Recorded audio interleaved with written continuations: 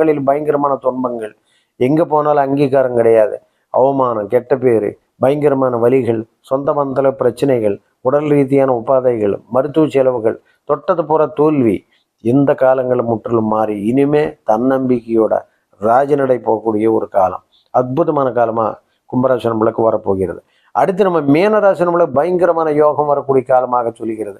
காரணம் என்றால் பாவர்கள் 4 இருந்தால் அரசாளும் யோகம், 4 செவ்வாய் வரதுனால மீனராசி நம்மளுக்கு 2 9 குடையவனாக செவ்வாய் வருகிறான். பாக்கிய அதிபதியாக எப்போ செவ்வாய் வந்து 4ஆம் வீட்டில் உட்கார்ந்து இருக்கிறானோ மிகப்பெரிய நன்மை செய்வான்.